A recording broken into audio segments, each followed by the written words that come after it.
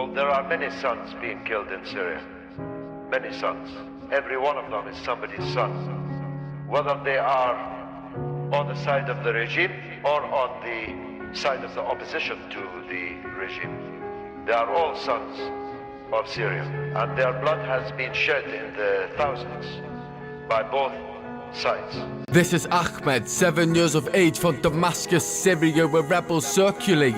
Lives with his parents and brother. They need to make a choice. Do they stay and defend or turn away? Supplies are low, it's either die or don't, so they decide to go and try and find a home.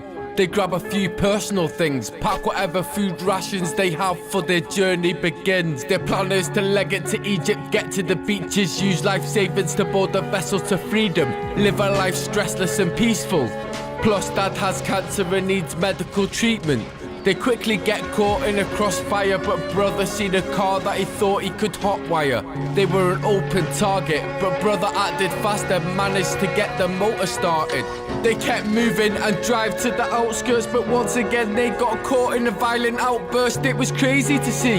Dad got shot by a Navy Marine and died instantaneously. His mother was next, she said she loved him to death 100% and told him and his brother to jet. They ran 100 meters and heard the car exploding. Devastated, dropped to their knees, her heart was broken. They turned to Syria and burst in tears. They knew to escape this world of fear, they had to persevere. They can't go back cause of bombing and the militants, so they continue to wander in the wilderness. They keep walking and walking, their thoughts are distorted. Hard times, their misfortune is awful. But they make it to the border of Jordan. They pray to the Lord to deliver warmth and resources.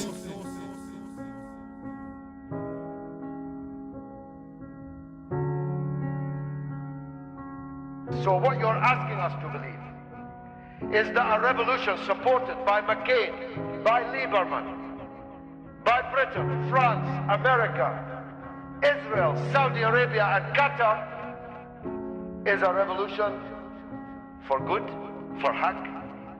Is that what you're asking me to believe? Are you asking me to believe that McCain and Lieberman are now on the side of haq? Are you asking me to believe that Netanyahu is now on the side of haq? Yo, they journey through the desert's heat with bruised and shredded feet. No food is left to eat, just some fruit and celery. They move ahead and keep pursuing their beliefs, fighting acute, intense fatigue, but they refuse to rest or sleep. They get from Jordan to Egypt, they fall into pieces, head north and it's 304 kilometers to the Egyptian coast. They never complain, even when they get lost and they head the wrong way. After 6 days travel on land, they arrive and get talking to an Italian man. He said he had a boat and it leaves now, you wanna board it? The price is $3,000. G Wilder's Lotta, peeps now that's on the boat. It was overly crowded proper. Achmed offers a pregnant lady a seat. Then they set sail across the Mediterranean Sea. 2 more days till they are at the shores of Greece. Achmed gazes at the stars and falls asleep. He drifts and wonders if his dreams will come true. He wishes to reach for the moon without the grief of the troops. He hopes to be meeting some new people at school. Wants to help others who have been through what he has been through. He had the upper hand now. Wants to stay out of trouble and vow to make his mum and dad proud. But then he wakes up, the waves are huge and massive. They crash against the boat and he loses balance. A sudden nudge and he falls in the water. Brother lunges to grab him, but then he's pulled down by the undercurrent.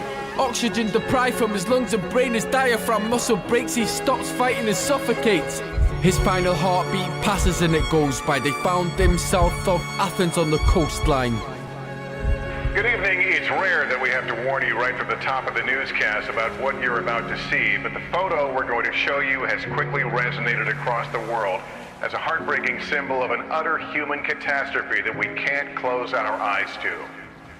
It is the image of a lifeless child in the arms of a rescuer on a beach, one of the thousands of migrants and refugees from the war-torn Middle East and Africa who have perished in a desperate attempt to find a new life in Europe. But even for those who survive, a rude awakening awaits in countries that are moving to close their doors.